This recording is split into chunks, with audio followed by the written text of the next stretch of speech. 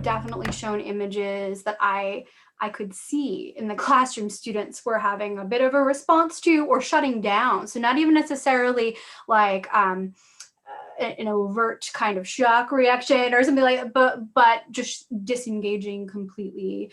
There have definitely been conversations I've had about systemic racism, about a lack of representation in the art historical canon, that students I could see disengaging and thinking that, you know, they don't want any part of this conversation. And so taking a moment to frame this as, I think, again, it goes back to community. Like, we're still part of a community, and I want to challenge you to engage with this content in a way that is going to be beneficial to you. This is a helpful framework. So maybe we can return to that, because actually I'd love for us to look at an image together. Maybe we should do that now, since you brought up thinking about images, which is what we do.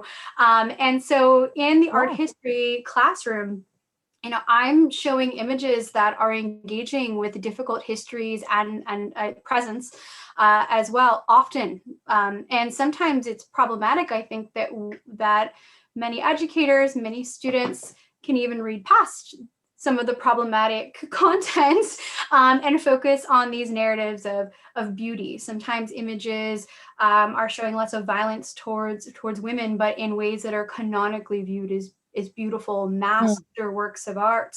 And I think sometimes we don't take a step back and realize, could this be a trigger to some of our students? Should we frame this as difficult content? Many times, though, we're also looking at images that are structured such that they are intentionally evoking an emotional response. And so I would love your perspective on kind of, I'm thinking about this in two parts, and maybe we could start with part one, and then I'd love to share an image and move on to part two. But from your perspective, as educators asking our students to engage with images, what's happening in the brain when we're asking them to move between complicated discussions, complicated conversations, images, visual analysis, right? Thinking about reading, I think of the art history classroom is difficult in that we're asking them consistently to change these different modalities. And so I'm wondering if you have thoughts about that. And then I would love to maybe more explicitly address these difficult images, or images that are evoking kind of difficult conversations or difficult histories. Yeah. So trauma is about how the brain experiences the present moment.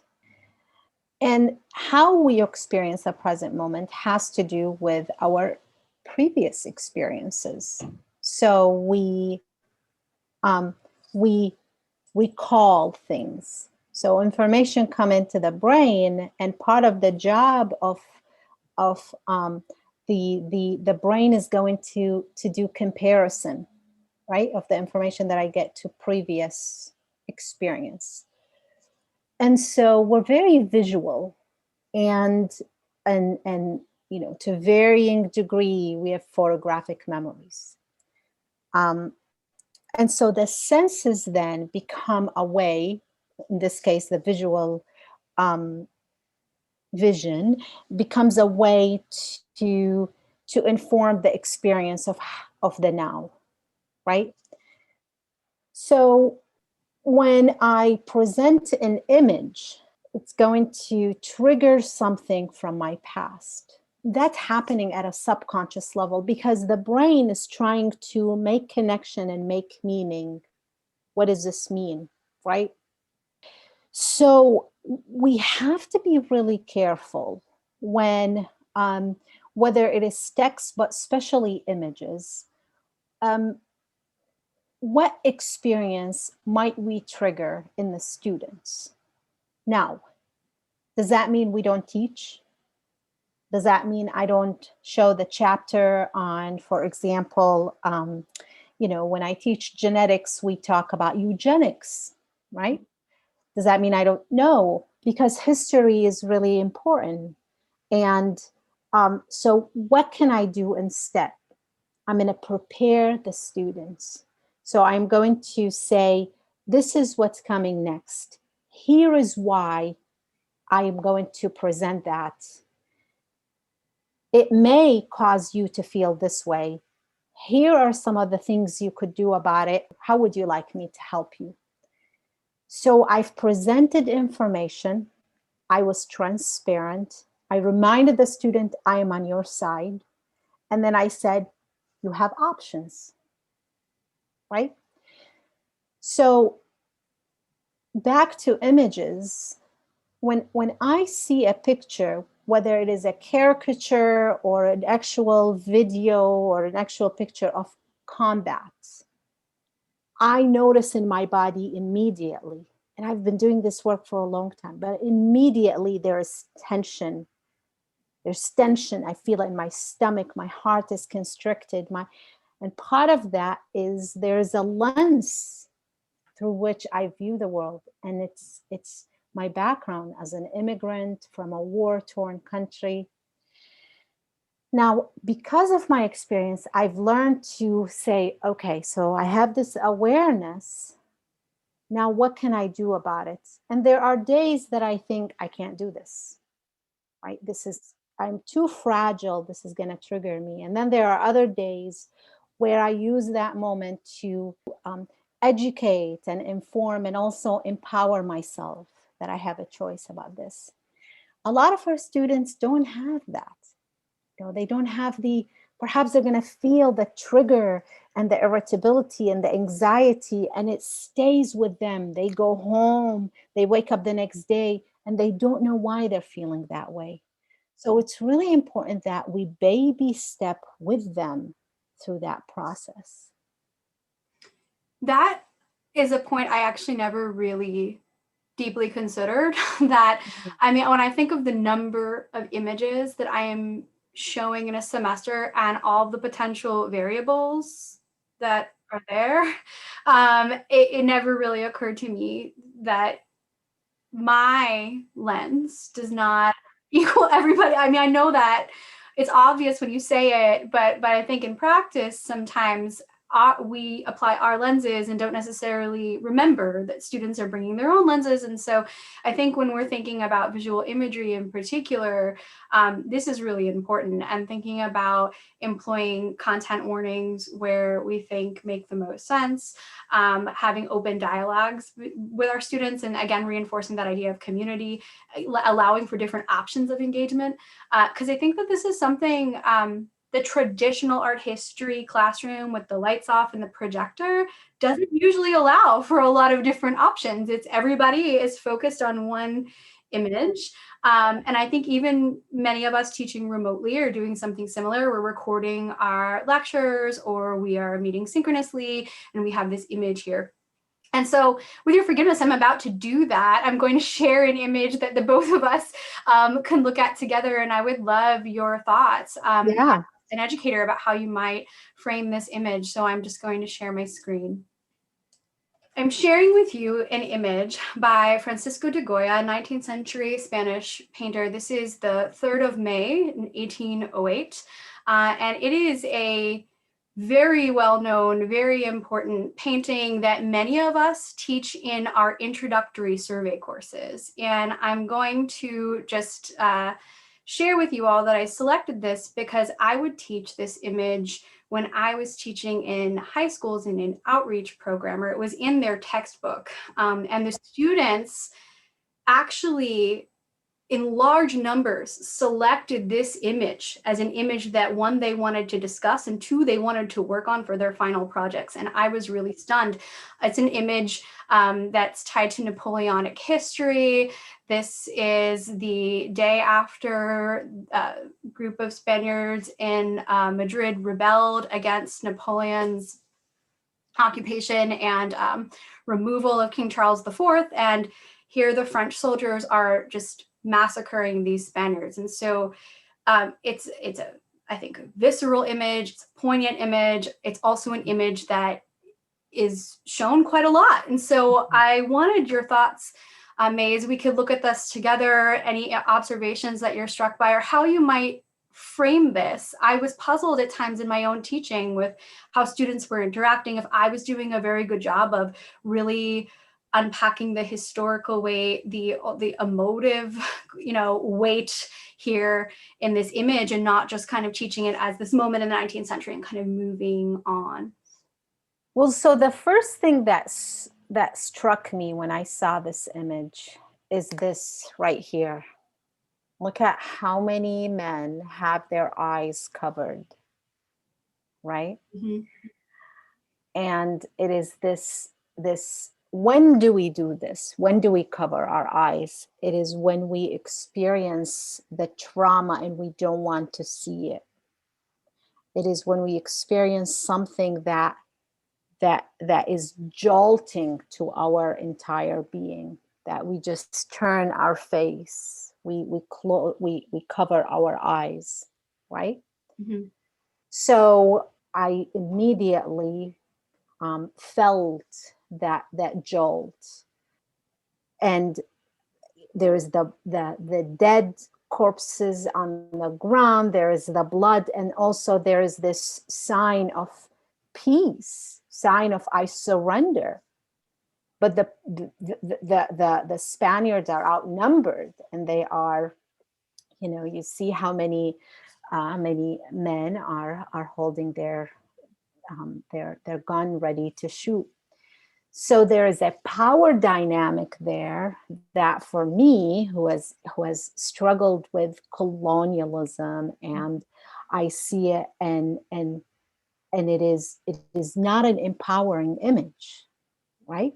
It may feel neutral for some students, but it's not going to feel neutral or not triggering for a lot of other students.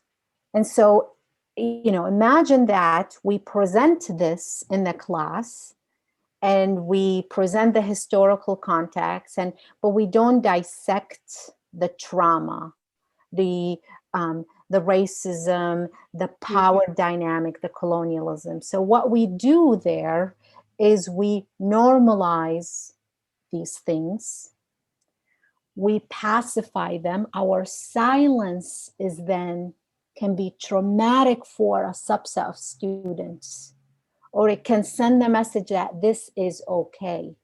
When the image itself, in this case, this is a very powerful part of the image, where you see the men covering their eyes. And then we think we could just turn the next page and go on to the next image or the next lesson.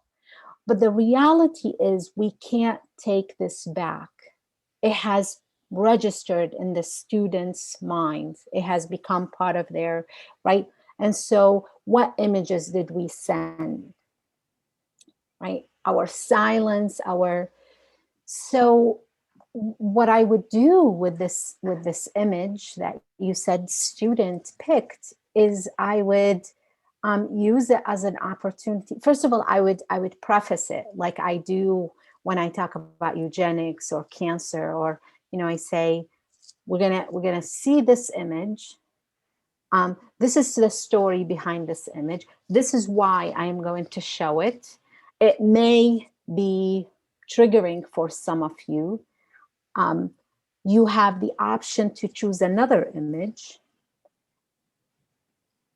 If you choose to stay with this image, go in, look at where is the humanity in this image? Where is the lack of humanity in this story, right? So we could, then the student doesn't feel stuck. It's only them and the image. And so much rest on them engaging with this image. It's going to be on the exam. It's going to be part of this or that. I like the way you're framing this because a few things. So one, I'm doing this inventory of where I am in the semester when I hit this chronologically. And often I'm in that space, as many of us are in, we have to rush through, we can't spend the time, we need to move on to the next image. And I think I take your points to heart here, that if we rush through a conversation about an image like this, And our narrative is, okay, you know, it might be on the exam. This is a moment in 19th century painting. This is an important artist. Now I'm literally going to leave Spain and now I'm going to move on to another chronologic or geographic area. What do we say about this massacre, about the power dynamics, about the people, about all that's loaded into this image, just in terms of its subject matter and its historical context, not even to mention the pathos that is just like flowing from these figures. I love that you pointed to that gesture of the eyes being covered. I'm always so fixated on the figure who's doing that very Christ-like crucified pose, and it's been written about at length, and the students really get that, but it becomes a space of like, I identify this artist, I identify this moment, I identify this style, but I think many of us, for the best reasons, are saying maybe we don't want to talk about race in this image. Maybe we don't if we talk about race in this image, are we potentially going to re-traumatize our students? I can't help when I look at this, but then to think about the images that have bombarded us through the Black Lives Matter movement, towards the contemporary violence towards Black bodies in the media. I mean, there's a direct resonance right now. And, you know, I'm wondering if maybe you have some thoughts about, should instructors go there? And if they do, how do we do this?